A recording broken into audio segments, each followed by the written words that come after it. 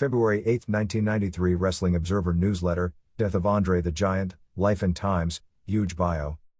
By Observer Staff. Andre the Giant Roussimoff. May 19, 1946 through January 27, 1993. One of the largest man and biggest gate attractions in the history of pro wrestling, Andre the Giant, passed away on January 27 in his sleep of an apparent heart attack. Andre, who was 46 at the time of his death, was probably the second most famous pro wrestler on a worldwide basis, and correspondingly, probably the second biggest drawing card internationally, in the history of the business.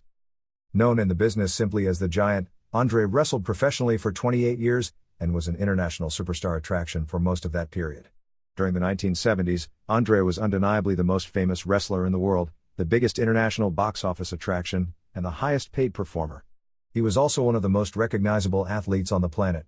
Andre headlined before the largest recorded paid wrestling crowd in history, the 90,817 paid fans who sold out the Pontiac Silverdome on March 29, 1987 for his WrestleMania 3 main event match against Hulk Hogan. The bout was the first $1 million live gate in history. $1,599,000 was the largest closed circuit gate in history, $5,200,000, and set a pay-per-view buy rate record, reported at 10.2%, but probably closer to 8% legitimately, which has since been broken by boxing, but the figure hasn't been even approached again in wrestling. The closed circuit and buy rate figures appear to be safe bets to remain on the books for many years. On February 5, 1988, Andre's rematch with Hulk Hogan from Indianapolis aired on the first live primetime network special in the United States in more than 30 years, and the viewing audience, 33 million, made it by far the most viewed pro wrestling match in U.S. history. That record also appears safe for many years to come. The story of Andre the Giant's life was the ultimate Faustian bargain. Only his destiny was determined, almost at birth. Born Andre René Roussimoff on May 19, 1946 in Grenoble, France, Andre was born with a rare glandular disease known as acromegaly. The disease comes from the body's continual oversecretion of growth hormone. It caused him to grow and be one of the largest and most powerful men around. He became what doctors would say would be the ultimate result of too many megadoses of human growth hormone, both in positives and in side effects. But once he could no longer grow in height, his body would turn against him. The continual growth would go to his head, his hands and his feet, causing them to continually thicken and somewhat distort his already unique oversized proportions, known as some circles as giantism. He would start aging extremely fast at this point, and it was doubtful he'd ever see his 50th birthday. Although the most famous, Andre was not the first wrestling attraction to suffer this fate. The famed French angel Maurice Tillet, who was much shorter, had the big hands and huge, misproportioned face perhaps even more than Andre. Although he was never any kind of a worker, Angel was a major box office attraction, and also died at a relatively young age.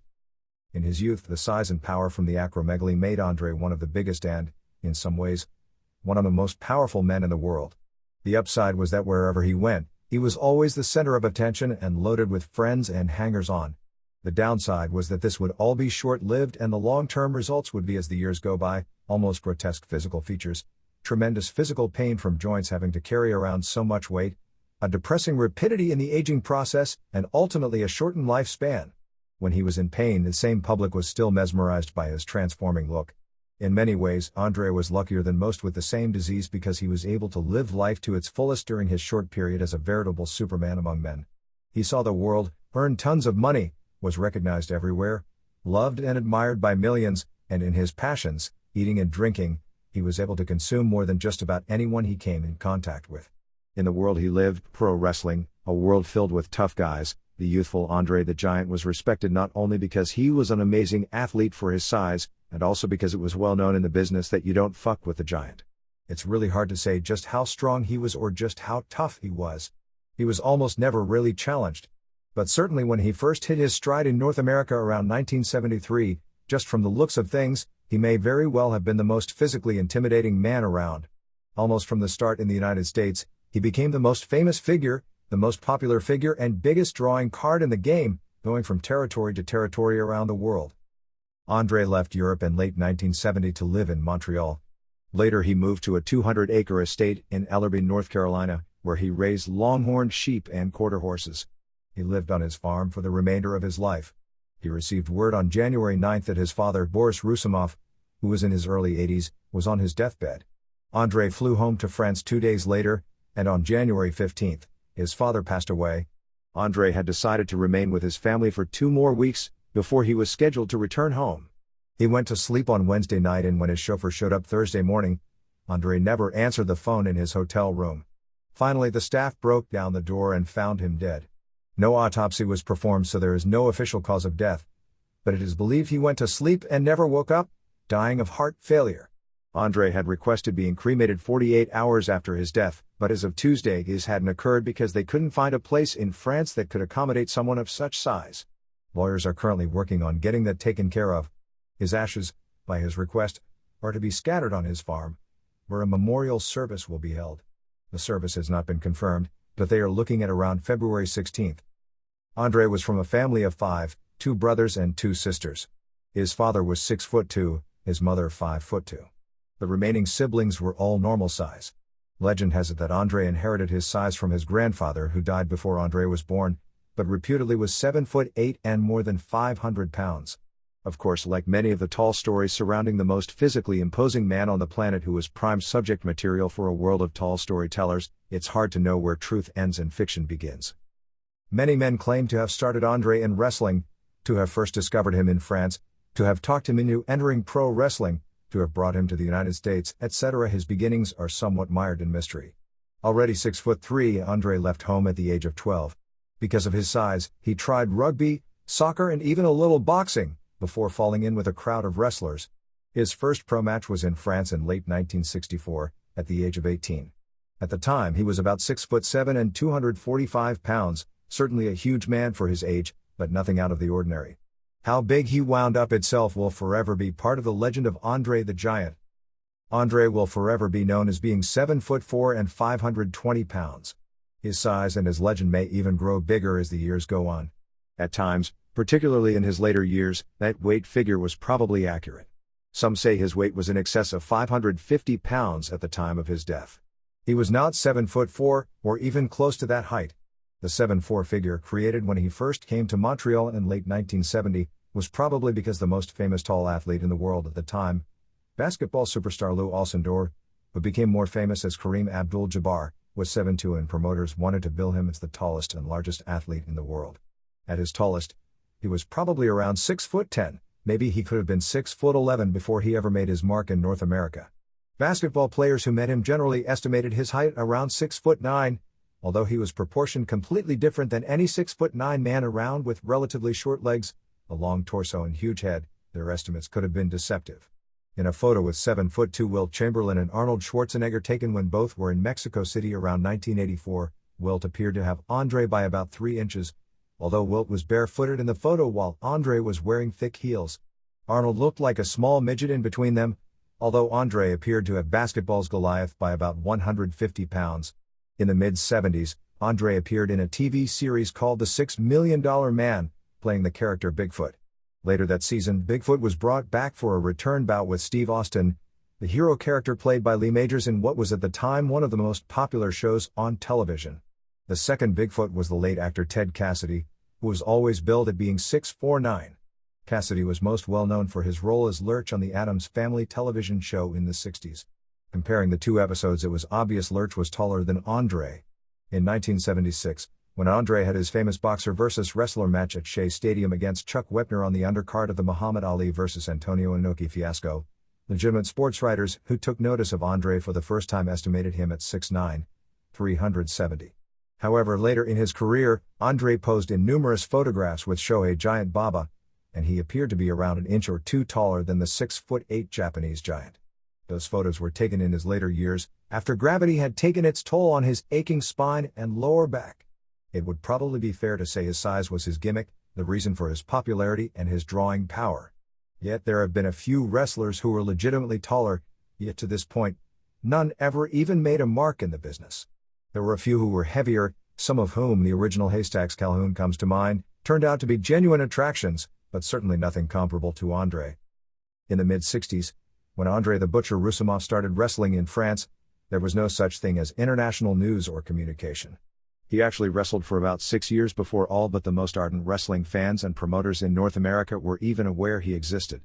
Although legend may have that differently as well, Frank Valois, who was Andre's best friend and business manager during his wrestling barnstorming heyday, said that he first met Andre in 1966 while he was wrestling as a headliner in France and brought him to England and Germany with him the next year before bringing him to Montreal in 1971. Edouard Carpentier was always given credit for discovering Andre as part of the first legendary work story introducing him to fans in Montreal. Carpentier claimed Andre approached him in France in 1964 and Carpentier saw to it that he got started in the business. Carpentier claimed that he went back to France in 1969 and set up bringing Andre to North America. Carpentier claimed he told Valois about Andre after the 1969 meeting, at a time when Andre was already a well-known name in Europe, and put the two of them together. In Japan, the story was always that Isao Yoshihara, the president of the International Wrestling Enterprises, at the time the distant number 2 promotion in a two-party Japanese wrestling world, was in Europe scouting talent for his annual Grand Prix tournament. Yoshihara had discovered other European attractions and gotten them their first notice in the Western world, most notable of which was Billy Robinson a few years earlier. Billed as the 7-foot-tall monster Rusumov, Andre debuted in Japan for the Eway on January 3, 1970 as part of a 6-week tour which included Michael Nador, a European star, and Jim Shields, an American Wrestling Alliance wrestler known in the U.S. as Bull Bulinski. In early February, during the final week of the tour, Vern Gagne, who supplied the Eway with talent, arrived in Japan to defend his American Wrestling Alliance title against the Eway's top star, Shozo Kobayashi. Gagne got his first glimpse of Monster Rusumov, and immediately saw the dollar signs, but not where you'd think. Vern talked with young Andre, who was at the time a physical specimen at 335 pounds, and wanted to turn him into a boxer, figuring the boxing world was at the time desperately in search of a white heavyweight title contender, and a white giant would be that much the better at the box office. Boxing fans could be just as much marks for size as wrestling fans, witness Primo Carnera. Andre didn't take Vern's advice, but in Japan the story was Vern was the first American promoter to find out about Andre, and then send him to Montreal to live, since at the time he only spoke French, and brought him in a few times as an undercard attraction for major shows.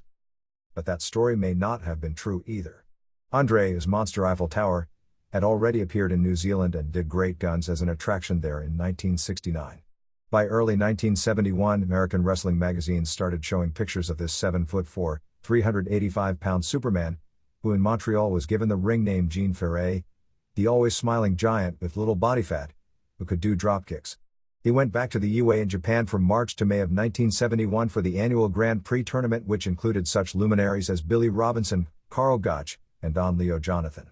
Rusumov had a draw with Robinson and wins over Gotch and Jonathan to send him into the finals against Kobayashi. The Gotch match is remembered to this day in Japan, because there was a ref bump, and Gotch picked Rusumov up in a perfect German suplex, but there was no ref to count the fall. Andre came back to attack Gotch from behind and score the pin to get him into the championship match. Kobayashi won the 2 out of 3 fall match, via countout in the third fall.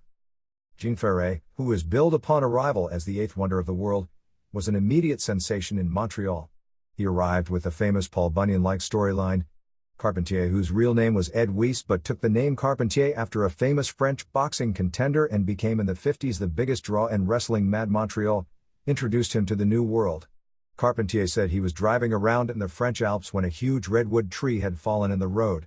Carpentier, who although only 5'7", was one of the most muscular men of his era, said he tried in vain, but couldn't even budge the tree. Suddenly out of the woods came the biggest man he had ever seen, who lifted up the redwood tree as if it were a twig, and Carpentier befriended him and brought him to Montreal to become a wrestler. The young giant got over fast as Carpentier's big buddy, and started making big money and living life like there was no tomorrow. Carpentier, now 67 and still living in Montreal, remembered when he first made it big. Andre was really living fast, Carpentier said in an interview with the Montreal Gazette. As soon as he started making money, he bought a big white Cadillac and drove it all over town. He'd have a stogie cigar in his mouth and had women draped all over him. I used to worry about him living so fast, but I guess he felt he didn't have a long time to live, so he had to make the most of it. Jean Ferret was usually booked in handicap matches against 2 men, or in 3-on-2 matches teaming up with Carpentier, who was the most popular wrestler in Montreal. The occasional singles matches were limited to the huge heels of the time, which in the Montreal territory were either Killer Kowalski or Don Leo Jonathan. Photos of this huge newcomer who made the giant Kowalski look like a skinny midget hit all the wrestling magazines. News of his box office potential started leaking to the United States promoters when Ferret was booked in his first main event, billed as the match of the century in the Montreal Forum against Jonathan.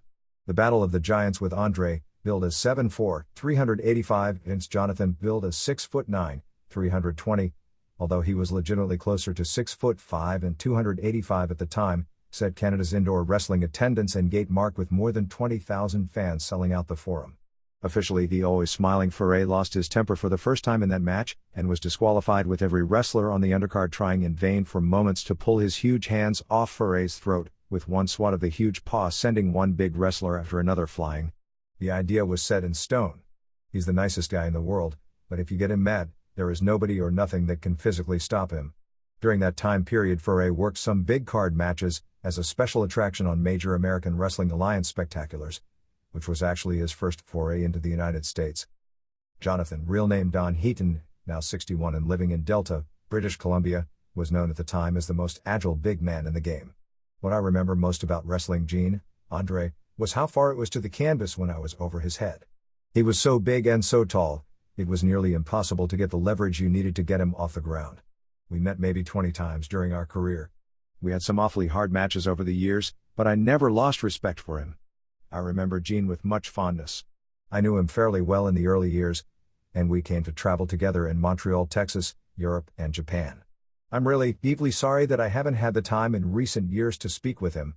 I always wanted to tell him that I considered him a friend, but you're always a day late. Just before his first meeting with Vince McMahon Sr. and being christened Andre the Giant, Gene Ferre was given a shot at headlining a few American Wrestling Alliance towns in singles matches against the territory's top heel, the ever-colorful and controversial superstar Billy Graham. I was probably the first person he ever let take him off his feet, remembered Graham about their early meetings. At the time, nobody ever took him off his feet. It wasn't a planned spot, either.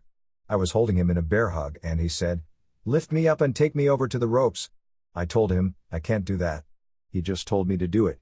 I was amazed at the time he let me do it. He was a real nice person in that if he liked you, he'd let you do things with him in the ring.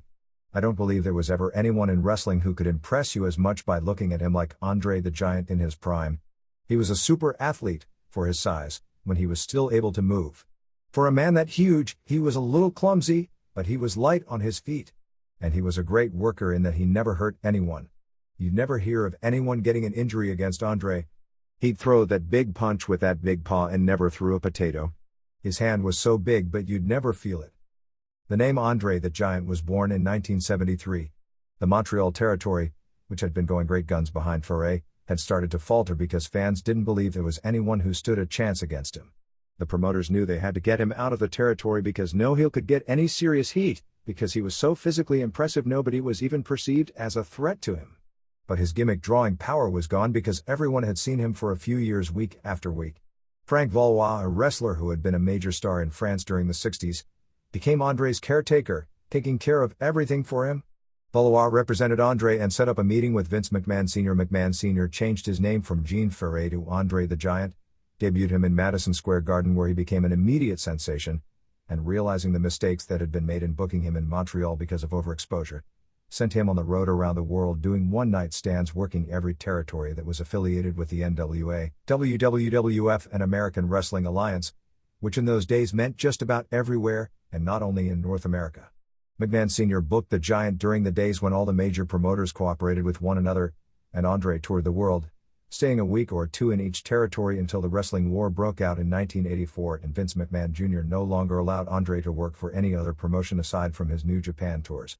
Andre, on his first go-around, was billed as 7'4", 424 pounds of solid muscle, and before he hit a territory, the promoters would air a photo of him with his long arms outstretched with two women wrestlers apparently sitting down in each arm, to give the illusion that with his arms outstretched he was easily holding up about 300 pounds of weight in each arm.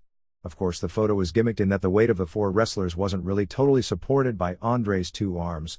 As if his size needed any illusion added to it, often the announcers would sit down while interviewing him with only a shot from the chest up, which made him appear to be 8 feet tall. All this illusion would have worked once in every territory, if there was nothing to the live package. People went to see him originally as a novelty, said Valois, now 71 and living in St. Marguerite, Quebec. But after seeing him, they recognized he wasn't a one-night stand. But by the time he hit New York, and then the rest of the United States, the dropkicks and the like went out the window. I remember being amazed at seeing a man that big do a dropkick, noted Ledeck, Walter, Killer Kowalski, one of Andre's first major opponents in Quebec. But when he moved to the WWF they told him, "We only want you to be a big hulking monster who goes into the ring and destroys people." Actually, Andre's life was a series of one-night stands as promoters couldn't get enough of him. His first go around the territories in 1973-74 as the ever-smiling Giant saw him break attendance records throughout the country. He was generally booked in handicap matches and battle royals and kept away from the top heels so as not to damage the territory for the long term. In most cases, his opponent in the handicap matches would be Valois, his manager, who would call the match, and a local small preliminary wrestler who would take all the bumps. In the battle royals, which at the time were the biggest drawing gimmick match, he more often than not was put over. When Eddie Einhorn in the mid-70s challenged the entire wrestling establishment with his ill-fated EVA, Andre was booked in whatever town the EVA would run so the established NWA or WWF promotion could run head-to-head and keep the EVA from getting a foothold. He was the most in-demand wrestler in the world. Every promoter booking a major event wanted Andre in as the so-called French dressing. The Guinness Book of World Records used to list Andre as the highest-paid wrestler ever with documented earnings of $400,000 in 1974. In later years, when Andre spent more time working the major Northeastern arenas, his income probably topped the $500,000 mark, and he certainly earned more than that during the mid-80s when Titan Sports went national.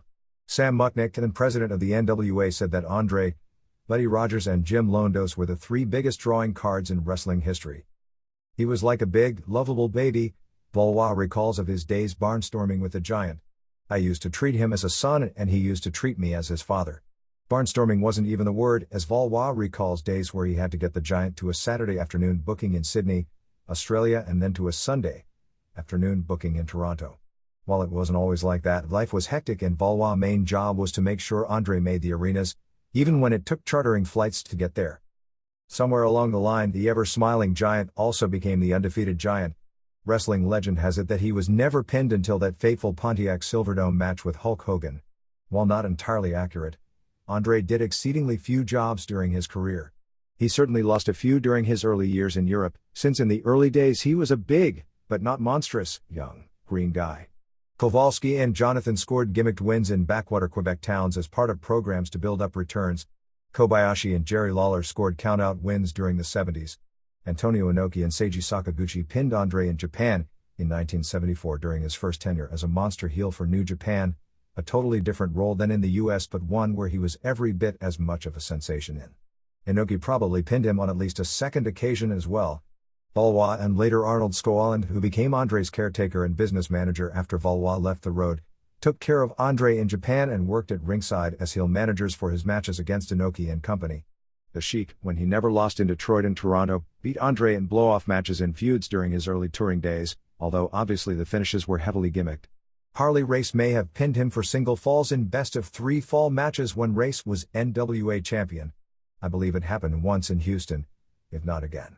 Stan Hansen beat him via countout in a New Japan tournament in the late 1970s. Kinect pinned Andre after a body slam in a famous match at El Torreo Bull Ring for the UWA title match somewhere between 1982 and 1984. Inoki had a famous submission victory over Andre in June of 1986 with an armlock during Andre's final tour with New Japan. There was the famous Hogan match at the Silverdome. He also put over Otto Wanz in Graz, Austria, although that may have been via countout. The only other jobs Andre did were probably a few dozen less than 1-minute jobs to the Ultimate Warrior in late 1989, during Andre's final go-around as a main eventer for the WWF. As the years went by, people no longer wanted to see Andre laugh through comedy matches with undercard wrestlers, and he'd start going into territories and face the top heels. His best drawing matches would be against men who were at least close to his size, with famous feuds with the likes of Big John Studd, Hulk Hogan, when Hogan was a heel not only in his first WWF tour but even earlier in Alabama and Georgia as Terry Boulder and Sterling Golden, Blackjack Mulligan, Killer Khan, Bruiser Brody, superstar Billy Graham, and perhaps his biggest opponent during the 1970s, Ernie Ladd, a 6'9", 320-pound former All-Pro football lineman whom he drew many big gates against in battles of the Giants. Ironically, because Ladd had achieved so much fame in football before wrestling as his real height of 6'9" was known, promoters never tried to exaggerate his height as would have normally been the case in those days. It was funny, because Andre at the time was billed as 7'5", yet the two were roughly the same height. Some wrestlers have said Ladd was actually a shade taller. In the late 1970s, Valois went back home and Frenchie Bernard, a former referee out of Florida, became Andre's roadmate and lived with him until the time of his death. Valois still received a check from the New York office until Senior passed the torch to Junior in 1984, at which point he was cut off and lost touch with Andre. "I never took it personally," Valois said. "He was such a huge attraction at the time. He was a great friend. I lost touch with him in 1985 or 1986. We never had a falling out. Life just took us in different directions." Within wrestling, stories of Andre are legion. While there are stories of his awesome presence and strength when he was still in his 20s, before the disease that made him famous turned on him, the most famous stories are eating and drinking stories. There would be fighting stories as well, but Andre got into such few fights that the stories were more like a fight about to break out. Andre showed up, and the fight ended before the first punch was thrown. So Andre's stories mainly revolved around drinking. A rare fighting story came out of South Africa, where the country's most popular wrestler, Jan Wilkins, who naturally doubled as the promoter, who held that country's version of the world title for most of the 70s, apparently wanted to embarrass Andre to build his own reputation, or perhaps believed in his own self-created hype. The story has it that Andre threw one punch, and Wilkins woke up 3 days later. Another story was out of Los Angeles, when Andre had a match against the Monster, a guy named Tony Hernandez who dressed up in a Frankenstein outfit with huge boots to make him look about 6'7" and doing an indestructible gimmick. Apparently Andre wanted to unmask him, not realizing the promotion had billed the man as a Frankenstein built in a laboratory rather than as a masked man, and the guy fought for all he was worth to avoid it because it would kill the gimmick, and wound up getting way on the short end of that stick. Some of the stories are no doubt exaggerated, but legendary just the same. Andre was legendary among wrestlers for his capacity to drink. Stories of him drinking 50 beers and not having a buzz are legendary. How exaggerated they are is another story. One of the most famous stories was of him drinking 119 bottles of beer at one sitting and passing out in a hotel lobby. Since he was so huge, nobody could move him. They simply put a piano cover over him and let him sleep it off and acted like it was covering a large piece of furniture. There are dozens of stories just like them. Wrestlers joke about being out in bars in the mid-70s with Andre, and some local wanted to provoke a fight with the normal-sized wrestlers to prove how tough he was or that they were fakes, and they'd laugh about it and signal for Andre, and a local's face would turn 8 shades of albino, and he'd hightail out of the pub. McMahon Sr. built a special trailer so Andre would be comfortable as he was driven from town to town, and always kept it stocked full so Andre could pass the time with his favorite pastime. Andre was a notorious eater with stories of him going into restaurants and ordering everything on the menu. There were also legendary stories about Andre's strength. Andre never lifted a weight, but he had the thickest bone structure and largest in-condition torso that anyone had ever laid eyes on. With his big butt and huge legs, he looked physically like he could squat a ton. Andre was invited to the World's Strongest Man contest when CBS TV sponsored the event, but declined, and wrestling sent names like Billy Graham, Ken Patera, Ivan Putski and Jerry Blackwell, the latter as a practical joke by Patera, to compete. Stories of Andre being able to pick up and move big cars in his youth are legendary. But how strong was he really? When it comes to pulling power, he was enormously strong, remembered Graham. Pushing power, he was nothing exceptional.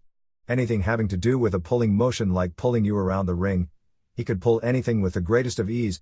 Pushing, he wasn't that strong, like in doing something like pressing guys overhead or something that would be like a bench press or military press motion. As the years went by, Andre got older and heavier. For a while he was billed at 7'5", but 7'4" became much more famous and a little less of an exaggeration. The weight went to 445, 485 and past the 500-pound mark. At this point he was far from being solid muscle. Many have said that if Andre had taken care of himself physically, had gone to the gym, had drank less, that he could have been the most awesome specimen ever. But it never seemed to interest him, and really his fate was sealed at the time he was born anyway. As the years went by, the ever-smiling giant smiled less and less. Perhaps it was the pain of his incredible body turning against him. Perhaps it was the pain of the realization of his own inevitability. "I remember the quantity he could drink," remembered Kowalski in an interview with the Montreal Gazette. He used to drink to numb himself from the reality that he wouldn't live long in this world. "I wrestled a lot of years for a lot of different promotions," remembered one of his most frequent foes, Big John Stud, John Minton, now 44. An interview with the Pittsburgh Post-Gazette. "Everywhere I went, everyone was glad to see Andre come. They knew the arenas would be full. I look around my house right now and I see a lot of things I wouldn't have if it wasn't for Andre the Giant. This is a hard death for me. I had a lot of respect for Andre. This is a real loss, although I expected it because of his disease." Andre was a real loner. The last time I saw him he was an angry man. I'd like to think the real Andre was the character he played in The Princess Bride, a nice, big gentle guy. In the 1970s, when wrestlers never received any mainstream publicity, it was almost like there was a law against it. Andre was the lone exception. He appeared on The Tonight Show and compared hand size with Joey Bishop. He did the $6 Million Man, and had a lengthy feature article in Sports Illustrated about him. In 1974, many newspapers around the country aired photos of Andre talking about him getting a tryout with the NFL's Washington Redskins. Andre never took the tryout, which was mainly a publicity stunt, with the story being that he asked the Redskins for the same $400,000 he was earning as a wrestler, which was almost unheard of in those days for an NFL player. When he first arrived in Quebec, the Montreal Alouettes had similar ideas about trying to make him a football player. Around 1982, Hulk Hogan caught fire in Minneapolis and Japan and surpassed Andre as the leading draw in the business, and 2 years later took Andre's spot as the most popular and most famous wrestler on an international basis. The first chink in the invincible armor came in 1981 when he woke up one day, got out of bed, and collapsed on the floor. His ankle had been badly broken. It was attributed to a match with Killer Khan, real name Masashi Ozawa, a 6'4", 280-pound Japanese star billed as the Mongolian Giant, whose feud with Andre in 1981 after the legitimate injury was his main claim to fame in wrestling. Andre was already closing in on the 500-pound mark by this point. While his mobility was limited because of the weight, he still had enough left to have numerous genuinely exciting matches with Khan. Andre's peak as a worker was probably the late 70s. When he had picked up the ring psychology, his weight hadn't gotten too far out of control, although he was no longer a physical specimen, and he still had his mobility and stamina. He had good matches in the United States, at least for what he was, even doing occasional 60-minute draws against Nick Bockwinkel and Race, but he excelled as a monster heel while in Japan. Perhaps his most entertaining matches were his cat-and-mouse encounters with the much smaller but gifted Tatsumi Fujinami, then a junior heavyweight champion, who worked a believable series of spots with Andre before finally getting caught and squashed at the end. Andre even let Fujinami, barely 200 pounds at the time, slam him. Andre the Giant and Hulk Hogan wrestled for the first time around 1978 in Dothan, Alabama at the Houston Farm Center. Hogan was the newest big guy who could presumably be built into an attraction to give Andre a new opponent. 2 years later, Andre participated in the angle which made Hogan a national star. On a WWF taping, Hogan, then a heel managed by Freddie Blassie, loaded his arm pad and busted Andre's head with a lariat and left him laying. Just before the finish, Hogan lifted Andre up for a body slam. While Andre had been slammed before, surely no slam in the United States, at least up to that point, had been seen by so many people. Andre and Hogan took their feud to all the major arenas, and not just in the old WWF territory, but across the United States and Canada and into Japan.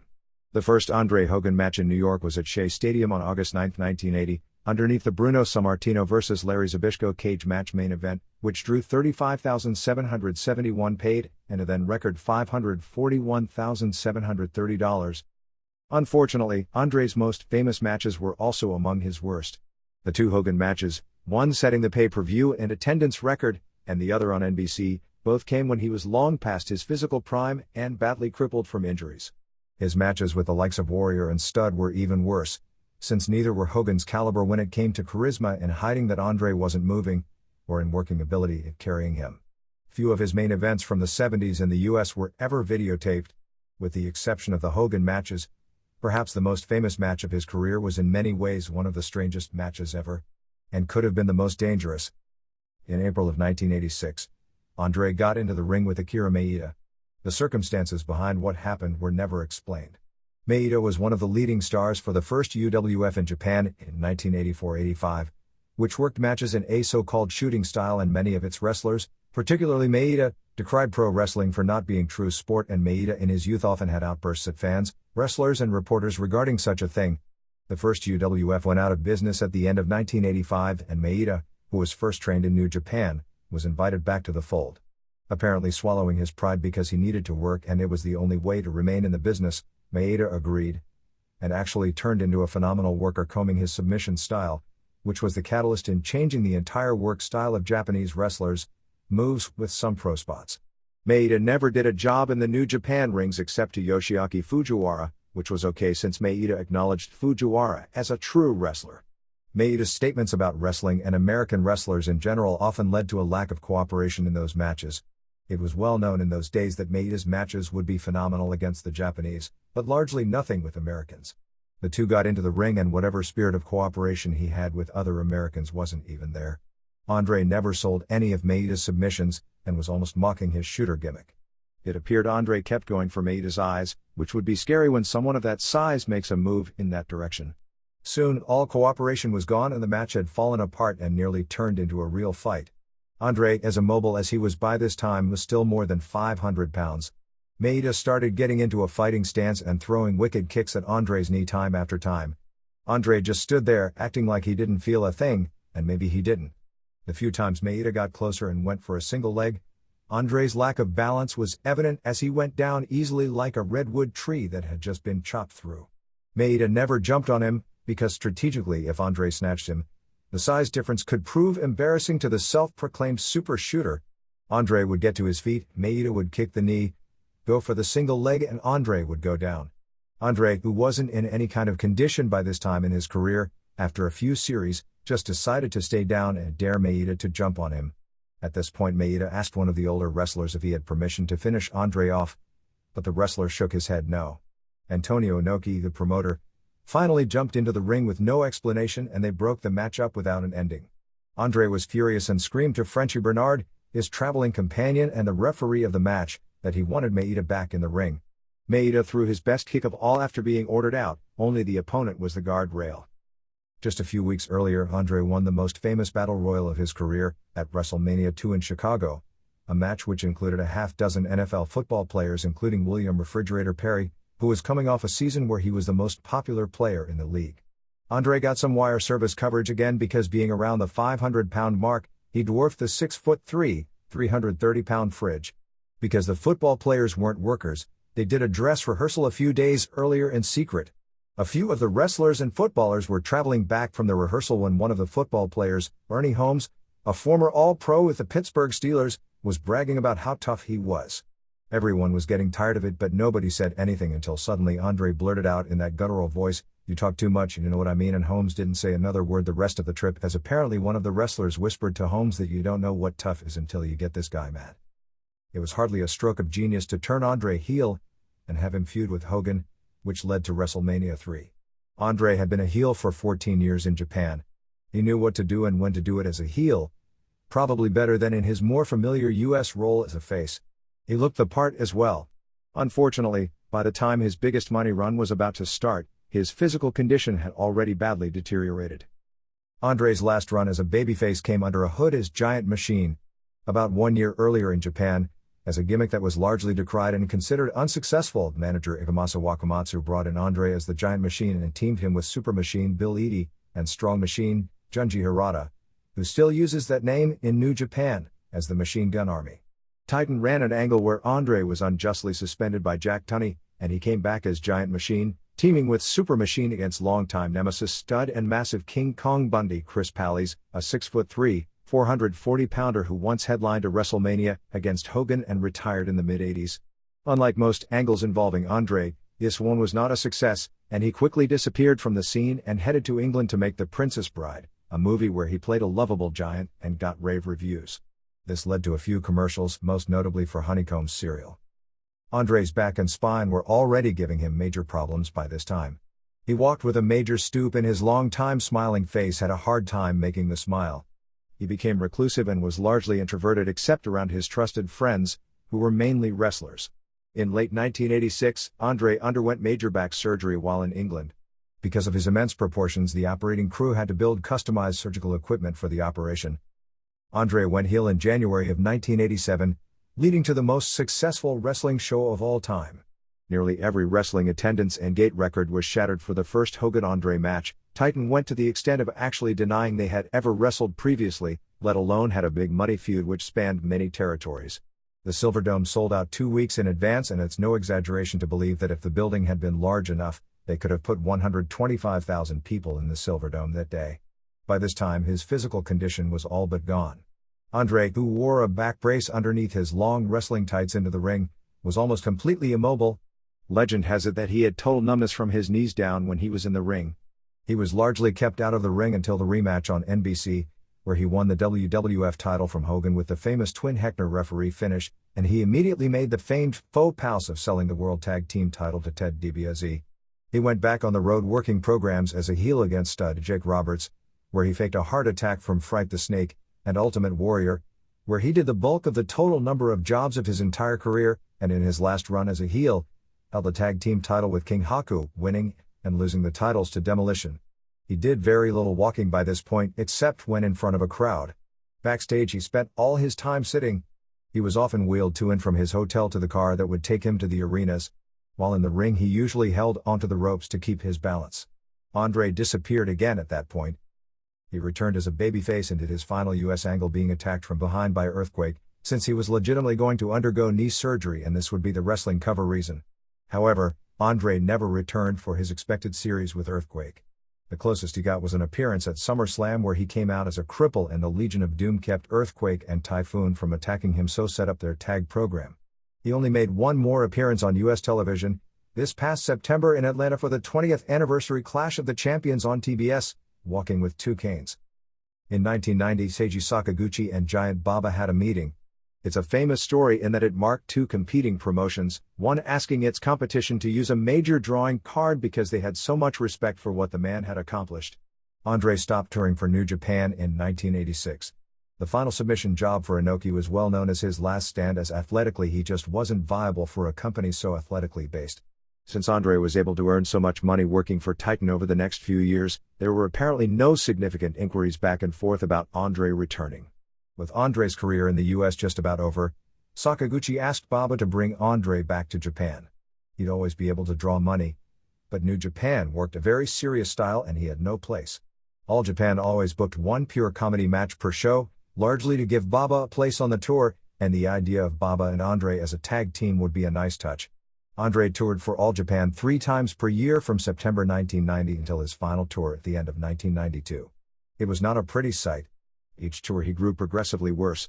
However, out of loyalty, probably more than anything since his shows were doing sellout business without Andre, and Andre's price tag, probably in the $15,000 per week range, was no doubt the heftiest ever for a wrestler working in the third match on a card. Baba continued to book him. This past year Baba didn't even put him as his partner in the tag team tournament, as he had done in years past.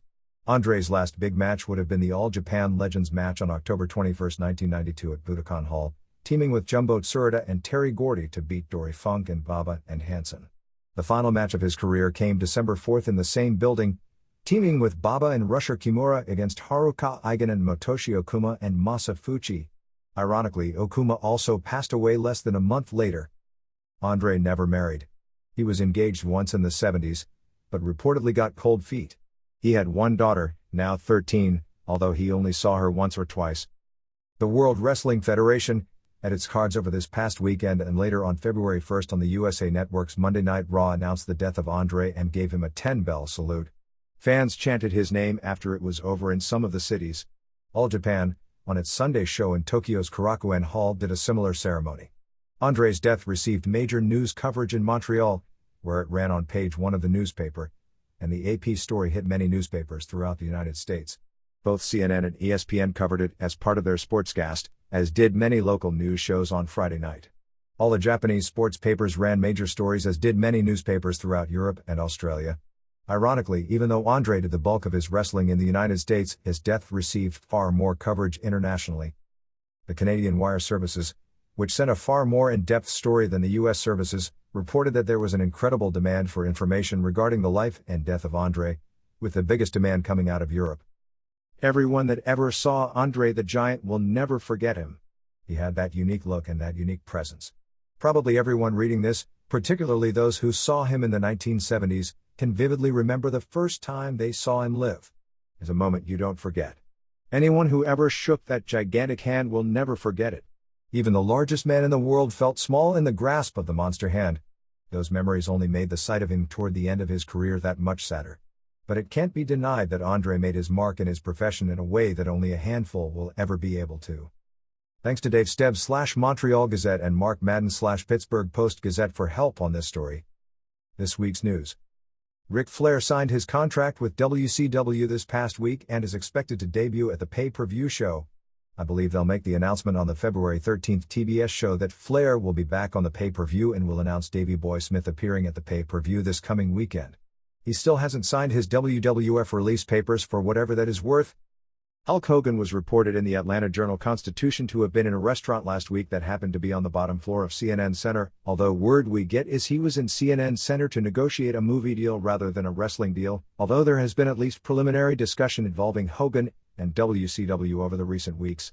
Hogan's longtime friend, Brutus Beefcake, returned to the WWF on Monday Night Raw on February 1st doing an interview that sure made you think Hogan was on the way back to the WWF. Beefcake said he was going to return to the ring and talked about his parents dying, his accident, and his wife leaving him and taking all his money. This didn't come across that well alive as the crowd was really sarcastic in its response to him, and the reaction when he brought up Hogan's name was 50% boos. Beefcake's face was destroyed in a July 4, 1991 parasailing accident. He attempted a comeback a year later, but a decision was reached at the time that it wasn't a good idea. Hogan's nephew, Mike Balia, is on the road full-time as a prelim wrestler. Hogan was supposedly in the Titan offices on Thursday with Beefcake, although we have been unable to confirm any agreement was reached, but WWF policy of not talking about anyone unless they are on the way and makes one think an agreement was reached. The interview seems to be a sign that the buy rate of the last pay-per-view show opened the doors regarding Hogan's return wider. Beefcake vs. Ted Dibiase will be the headline match on the February 15th show, but it was actually taped on February 1st, because WWF will be doing a regular television taping in Southern California on February 15th, and because the February 8th Raw will be preempted by a dog show. Beefcake had the advantage the entire way when IRS interfered using his briefcase for the DQ. The two double-teamed Beefcake until Jimmy Hart came in and ordered them to stop. They teased the Hart babyface turn on February 1st TV, that they've done enough damage. IRS threw Hart to the floor. Dibiase then held Beefcake while IRS ran toward him with the briefcase and nailed him right in the face. Beefcake went down, bladed. This is becoming a more frequent occurrence on television these days, and eventually did a stretcher job with Hart, now a babyface, consoling him. Also on next week's show is a battle royal. It came down to Ramon, Santana and Tatanka when Giant Gonzalez showed up and threw the two faces out of the ring while Ramon ran and hid. After Gonzalez left, Ramon came back into the ring to be declared the winner. There were loud chants at 4 different times during the 2-hour taping of We Want Flair. It was reported in the January 29 New York Daily News Slammer column that Hogan would be returning at WrestleMania, which is certainly what I'd expect given how the TV was handled. The substance Kerry Von Erich was caught with on January 13 was analyzed and found to be a controlled substance, cocaine. He had a court date set for February 1 on possession charges. WWF held a WrestleMania press conference on January 27 in Las Vegas with 150 to 200 media present. Indicated the top 3 matches as Undertaker vs. Giant Gonzalez, Lex Luger vs. Mr. Perfect and Bret Hart vs. Yokozuna. Hart made some negative comments toward Flair, calling him overrated as a worker at the press conference. After the negative press in the New York Daily News, the Crush Doink angle was toned down on TV. No indication at either TV taping this past week or at Rumble that there even was an angle, and on television this past weekend they said that Crush was fine, the injury wasn't that bad and he'd be back in 2 weeks. Originally Crush was going to be held out for a long time. Bret Hart Doink matches pre-WM looked to instead be Hart vs. Bigelow, since Bigelow threw fire at Hart during the Fresno Wrestling Challenge taping on January 26. WCW will have its first steroid test on February 15. Hopefully everything will be handled fairly and that the guys weren't told about any testing, and there are many drugs that stay in the system longer than 2 weeks. Hopefully positives, if there are any, won't be penalized until they've been given a chance to get the stuff out of their system. This isn't the WWF, which told everyone to get off in July and told tests would be forthcoming, and then they didn't have a test until November, and even then the positives were overlooked. This came from corporate higher-ups who have seen the problems this caused and is currently causing Titan Sports, and realize there are a few neon signs on television every week that say we're asking for legal problems for the company. Formerly known as Ultimate Warrior is telling people he doesn't want to wrestle any longer, and is working on martial arts weaponry and horseback riding because he's looking to break into action movies. Warrior's agent was asking $5,000 plus first-class airfare for a card show, so that appears to be his appearance price for autograph shows. We'll see how serious he is, because I expect he'll be receiving some big money offers to work Europe. Rumble card was better on television than Live. On TV it was a very good undercard, although Live the only real problem was 38 minutes in the middle of the Rumble. Johnny B. Bad's WCW contract expires in a few weeks. JBB was on a $156,000 guarantee for his one-year deal, and was offered $350 guaranteed plus $150 potential bonus money per event with a 200-event guarantee by Watts. Odds are very good he'll be in the WWF in March with a new name but the same gimmick. He came close to going to WWF last year, but it was a little too much money guaranteed on paper at that time to turn down. Dallas Page's contract also expired and he was offered $300 per night with no guarantee as far as the number of dates, and Page turned it down because the job offers no way of knowing how much you'll earn without at least a number of dates guaranteed. Page is out with an injury and rumor has it will approach Smoky Mountain when he's healed up. Bob Dway and Bill Shaw are taking a more hands-on approach at WCW and expect some noticeable changes over the next few weeks. A lot of them may be big changes. Ron Lemieux has folded the Arena Report newsletter due to the upcoming birth of his second child. Terry Funk got himself a part in an upcoming Stallone movie called Demolition, which starts filming this week. Got a kick out of the White Castle video. Certainly well produced, although the last impression was, all that for a strap match. Brian Pillman and Steve Austin will probably be given the Hollywood Blondes name. It's a tag team. Hart wrestled Yokozuna, Hart winning via countout, on January 31st in Toronto when Bigelow missed the show. Reports from all WWF weekend shows were the shows were way better than usual, with good crowds as well. January 29th Headlock on Hunger show drew 12,000 to Madison Square Garden for a show that lasted 3:45. Hart came out with a giant $100,000 check to present to the Red Cross in a 15-minute presentation which included all heels, faces, Slick doing an invocation at Gene Okerlund mentioning Vince and Linda McMahon, Pat Patterson, Tony Garea, J.J. Dillon, Sergeant Slaughter. Next MSG is March 21st with Savage vs. Doink and Luger and Ramon vs. Hart and Perfect as the double main. Flair Perfect Loser leaves town match on Monday Night Raw drew a 2.6 rating, which has to be a major disappointment, particularly being the first television show one day after a pay-per-view. The rating dropped from the 2.8 that Flair Santana drew the previous week, and it was a hot show with a great build-up for the following week. Match itself was 4 stars, going about 18 minutes before Perfect scored the clean win. McMahon's parting shot was, "It's all downhill from here for Ric Flair." WCW Saturday Night Rhodes Steamboat rematch also drew a 2.6 and was viewed in 20,000 more homes than Raw, while All-American did a 2.5 the day of Rumble, which is a huge increase over what it had been doing. Power Hour did a 1.6, Main Event preempted for a movie, which did a 4.9, where nearly triple the rating wrestling has been getting in the slot, which isn't a good sign because it seems whenever wrestling is preempted for movies that movies do much better ratings, and WWF Mania and 0.9. Hart was put over Bigelow with the finish of Bigelow missing a charge into the corner and Hart rolling him up at houses. Perfect beat Flair by pin, except via DQ in MSG, and Michaels had non-decisions in IC title matches with Bob Backlund, who got a good reaction in New York, and Savage. Joe McHugh, a former TV ring announcer for the WWF in the early 80s when they taped out of Allentown, Pennsylvania, passed away January 31st at Sacred Heart Hospital in Allentown. McHugh, 88, was the oldest active ring announcer in the country, announcing boxing matches going back to the days of Jack Dempsey. McHugh was famous for a distinctive announcing style at the beginning of each hour of taping, ending with the line, "And my name is Joe McHugh." Looks like High Energy will be broken up. They had a match in Fresno with Money Incorporated in which Coco was injured and helped back to the dressing room. As Money Incorporated beat up on Owen, Brett made the save. This set up Brett and Owen beating Money Incorporated the next week in a non-title match. They'll have a few title rematches at house shows, but mainly this was a program to build up ratings during the February sweeps. Raymond Rougeau replaced Joe Aiello as WWF interviewing announcer because Aiello received a better offer from a Winnipeg radio station to be a morning DJ. The Hogan interview on George Michael's Sports Machine airs this coming weekend. Dustin Rhodes vs. Barry Windham was the top match on the A-Team house shows for WCW this past weekend. B-Team shows are doing 500 to 600 per night, while a team did between 1,800 and 2,200 over the weekend. Simmons may take some time off for a shoulder injury. The rotator cuff injury they talked about before Starrcade had some legitimacy to it, but he's working with it. Ron and Don Harris won the USWA tag titles on January 25th in Memphis in the tournament finals, beating Lawler and Jarrett when Brian Christopher interfered, causing Lawler to lose. Earlier in the card, Lawler and Jarrett beat Christopher and Mike Miller via DQ. However, Christopher avoided all contact with Lawler. Lawler defended the USWA belt against Mr. Perfect, who did a heel interview, building from the Royal Rumble eliminations, on February 1st in Memphis.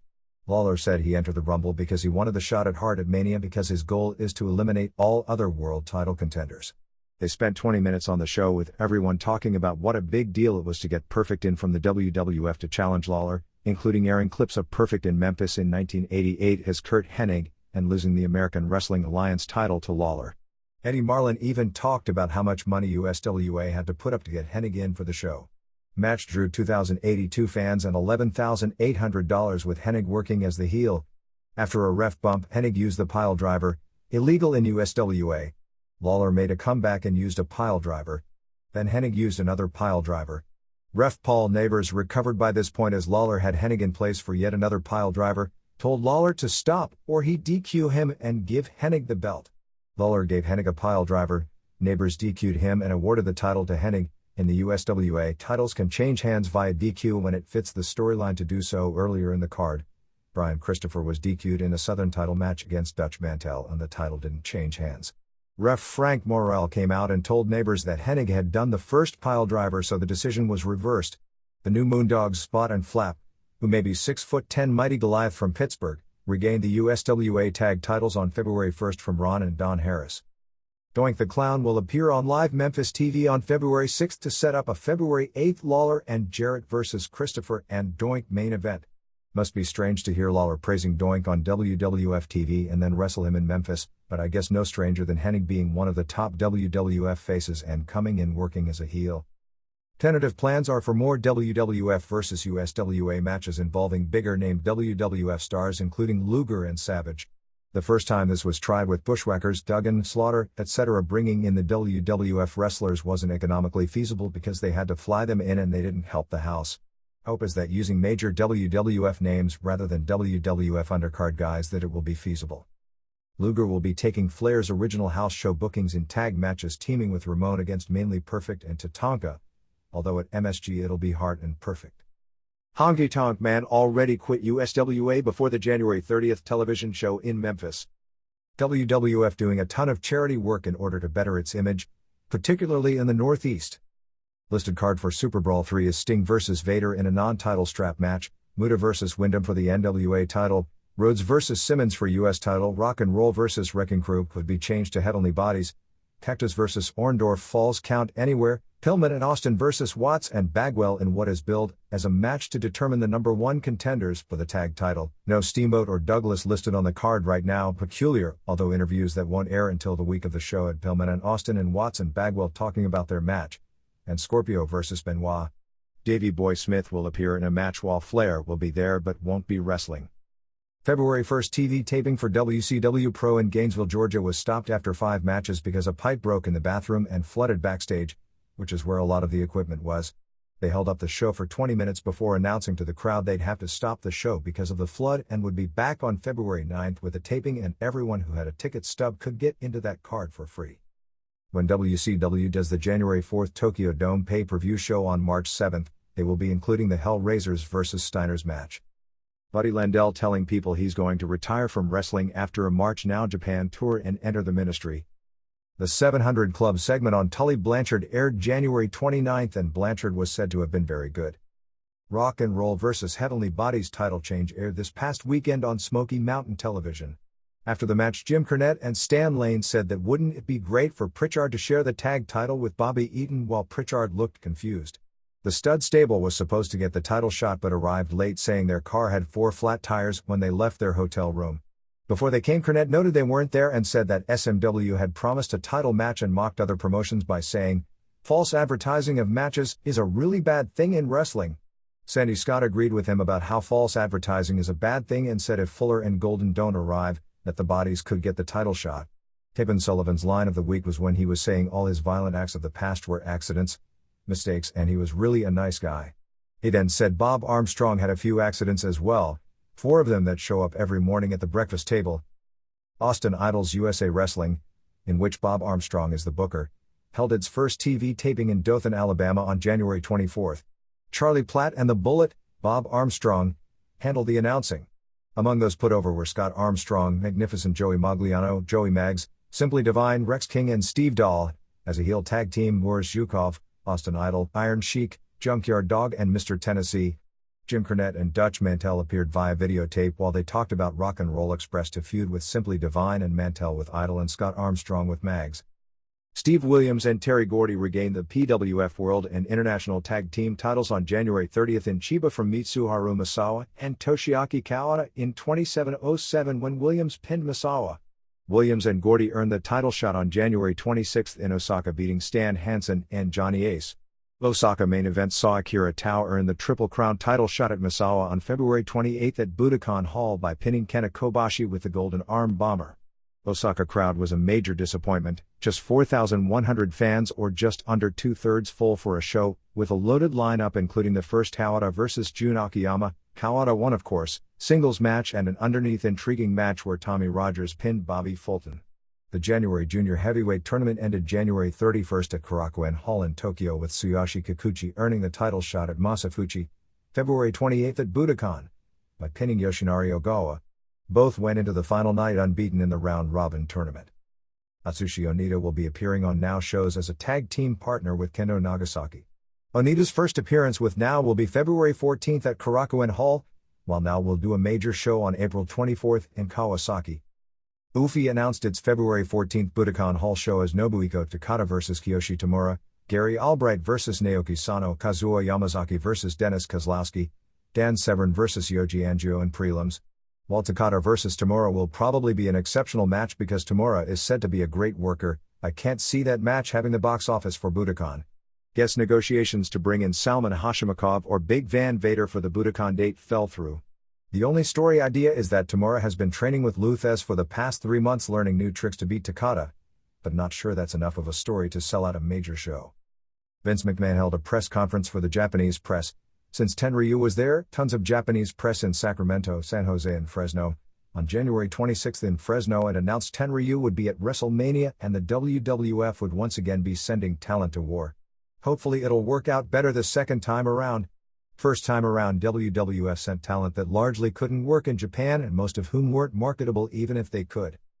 Universal drew a legit sellout of 2,150 to Osaka on January 25th with Super Dolphin keeping the UWF Super Welterweight title in an upset pinning Great Sasuke. All Japan Women announced 3 major shows for February. February 10th in Kumamoto has Kwaro Ito defending Japanese title against Debbie Malenko, Asia Kong vs. Bat Yoshinaga, Yumiko Hata and Takako Inoue vs. Suzuka Minami and Mima Shimoda and Minami Toyota and Toshio Yamada vs. Kyoko Inoue and Saki Hasegawa. February 21st in Hakata has Yamada and Toyota defending UWA Mexico tag titles against Minami and Atsuko Mita and Kong and Terry Power vs. Malenko and Kyoko Inoue.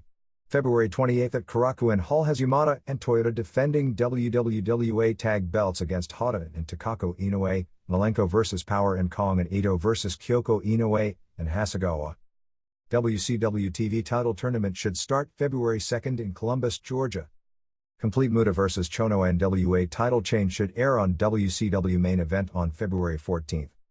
MUF has a weird fundraiser on March 6th in Dundalk, Maryland. They are raising money to help the promoter and a few wrestlers pay money for their Maryland commission fines. Bob Starr and Lucifer Tim Burke were fined for bleeding on November 14th after hitting each other with a cowbell. Starr argued that the rule mentioned blading and it was hard-way blood. Promoter Dennis Weiprecht was fined $750 since the infractions occurred on his card.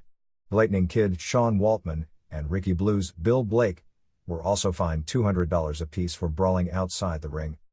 WWA sold out its show for February 20th in Woodbury, Maryland already, 1,000 seats, so is adding a second 3 p.m. show in the same building. The WCW comic book put out by Marvel is being discontinued. Bad Breed Ian and Axel Rotten won the GWF tag titles from Bobby Duncombe Jr. and John Hawk on January 29th in Dallas when manager Gaston B. Means interfered. This was the final television taping at the Sportatorium for GWF as Max Andrews Entertainment instead of handling GWF, which will continue to promote house shows every Friday night in Dallas Sans Cameras, will instead syndicate Volve Wrestling, Angelo Pafo's fledgling outfit based out of Largo, Florida, which supposedly will run shows in England. The group is set to go into syndication with Andrews in April, and also go onto ESPN at the same time. Georgia Championship Wrestling is running weekly shows at the Carl Thomas Boys and Girls Club in Macon, Georgia with Tommy Rich and Steve Lawler on top. Bugsy McGraw has appeared on shows of late. Inside the Squared Circle Pro Wrestling Talk Show appears on Cable Access CH. 49 in Montgomery County, Maryland on February 6 at 5 p.m. and will include both wrestling talk and Smoky Mountain tapes. John McAdams' ECW runs February 12 at the Elks Lodge in Nashua, New Hampshire. For more info, call. The New York Times Westchester County edition had a full-page Con-A with Paul E. Dangerously. Interview was done before he was fired, so it mainly dealt with items like the Medusa angle. Rocky Mountain Wrestling, after fighting the commission, will have the first barbed wire match ever in Calgary on January 29 between champ Beef Wellington and challenger Chris Jericho. Semi-final has Lance Storm defending the mid-heavyweight title against the Atomic Punk, Dr. Lucer from FMW. Shows drawing about 100 plus per week, but work rate said to be very high as there are so many good workers living in the area that anyone who isn't good isn't asked back. Chip the Firebreaker, Curtis Thompson, is working there. The original Jason the Terrible, Carl Moffat, is running around on bad knees doing run-ins. He has done some wrestling but mainly managing because of the injury. February 12th at All Nations Center in Los Angeles will be a benefit show for Tijuana flood victims and is supposed to include every major local Los Angeles top lucha libre style worker. Sam DeCero filed a lawsuit and injunction, see reader's page, against Brad Petersick and his Kingpin Promotions show in suburban Chicago for advertising Dream Warriors, who he claimed he had trademarked the name of. Eddie Guerrero and Leo Del Santo's debut as the Atomic Pair Jr. from January 22 in Mexico City aired Sunday, beating Espanto Jr. and Jerry Estrada in a 4.5 stars match. Finishing move saw Santo come off the top rope with a somersault splash onto Estrada, land on his feet and immediately in the same motion hit Espanto with a Frankensteiner, or Hurricane Rana as it's known in Mexico. These four are all excellent technical wrestlers. AAA Mexico City debut, which aired on Super Bowl Sunday in the U.S., was a 2.5-hour special with just 4 matches airing, so those were some long matches. The show drew a sellout $10,000 and $80,000, although crowd was older than a usual Mexico City crowd and thus a lot less generous in its reactions. The wrestlers in every match had their working shoes on. Pretty silent with Japanese reactions, although the tag match was so good it got people going. Highlight of the main event was seeing 53-year-old Tiniebla Sr., who was never even a decent worker in his prime, doing a crossbody off the top to the floor. That and seeing 2'4" Lush, the tiniest midget around, wearing a suit that makes him look like he's right out of Star Wars, working spots with Angel Blanco Jr. AAA ran the same building this past Friday and drew another sellout $80,000 house, and will run it the next 2 weeks as well. Don't know results but heard the January 29th card, which airs Sunday on Galavision, was another hot show with Conan and Santo and Eddie Guerrero vs. Dynamite Brothers, Volador and Misterioso and Super Astro vs. Los Destructors, and Rey Mysterio Jr. and Winners and Super Colo vs. Psicosis and Picudo and Heavy Metal as the headliners. Canadian Vampire Casanova won the UWA title on the UWA's 18th anniversary show at El Torreo in Naucalpan before 14,000 fans. Canet carried Vampire to a decent match, and in the dressing room after, not taped for TV and no marks around, Vampire broke down and cried because he was so excited about winning the world title. They say Vampire is earning about $7,000 a week, which doesn't make him the highest paid wrestler in the world, but considering the respective costs of living in Mexico as compared with the US or Japan, in comparison with costs, someone who earns $100,000 per year in Mexico can live like a king. It's maybe worth as much, if not more than what Sting makes. Actually, if what Dos Caras told the media some months back were true, Pero Aguayo, $2,000 per shot, Santo and Conan, $1,300 per shot, are all in the same ballpark. UWA newcomer Goliath El Gigante is not Greg Rollins, but a 6'9", 280-ish Canadian who I believe worked the Maritimes as Acadian Giant. He's 23 years old and is said to be the fastest moving giant this business has ever seen, and those who have seen him tell me he's got legit potential. Koji Kanemoto debuted on January 30th in Pachuca. Silver King got his first UWA title shot, losing to Connect on January 21st in Mexico City. Management and wrestlers at Gil's Gym, a lucha gym in Southern California, are forming both a union and booking office, which may be the first wrestling union ever formed in the United States. Ricardo Morales, who I'm told is the #1 wrestling writer in Mexico, wasn't given credentials to the AAA shows in Mexico City, and is claiming that he'll expose a major Titangate-like scandal in AAA on radio and in the newspapers if they don't give him credentials. Complete lineup for CMLL Tag Team Title Tourney as Vampire and Pierroth, Brazo de Oro and Brazo de Plata, Apollo Dantes and Rayo de Jalisco Jr., Jacques Mate, and Massacre El Satanico and Parata Morgan, Atlantis, and Dandy, Sangre Chicana and Emilio Charles Jr., Mano Negra, and Bestia Salvaje, Silver King and Texano, Cajos and Gran Marcus Jr., Black Magic, and Negro Casas, Connect and Dr. Wagner Jr., Headhunters, Oro and Mascara Magica, and New Mascara Magica, Scorpio Jr. and Sr. and Gran Hamada and King Lee, Koji Kanemoto from New Japan. Black Magic had a CMLL heavyweight title defense against Brazo de Plata on January 31st. Atlantis had an NWA middleweight title defense against Charles on January 31st in Guadalajara. Dandy had a CMLL middleweight title defense against Bestia Salvaje on January 30th in Puebla, while New Infernales finally put up the trios titles after all three straight non-title losses to Untouchables on January 31st at Arena Coliseo. Pierre Roth retained the CMLL light heavyweight title beating Fabuloso Blondie. Yeah, he's a real light heavyweight, on January 27th in Naucalpan. Akira Hokuto and Bull Nakano are in MLL this month. New Japan next tour March 9 to March 23 as Scott Norton, Pegasus Kid, Chris Benoit, Dean Malenko, TNT, Tony St. Clair and Hercules Hernandez. Manabu Nakanishi returned from the US for the New Japan tour that started February 1 teaming with Muto to beat Perry Saturn and Rambo. February 16 Sumo Hall card has Muto and Chono and Hashimoto vs Kimura and Koshinaka and Kabuki. Liger and Ultimo Dragon vs Nagami and Samurai. Hellraisers defend IWGP tag titles against Halmei and Rambo in a 2 out of 3 falls match with Fujinami and Choshu and Kido and Hazi and Izuka vs Tenryu and Hara and Kitahara and Ishikawa and Oriara. Looks like All Japan decided against bringing back Ted Dibiase. Baba is happy with the crew he has and isn't looking for any major additions. WCW lost its television in St. Louis. Gordon Soley taking over up close and personal from Tony Schiavone. Doubt it'll be the only announcing change over the next month. Unless this is to set Schiavone up for something bigger and better, it's a bad move because Schiavone was great handling those segments.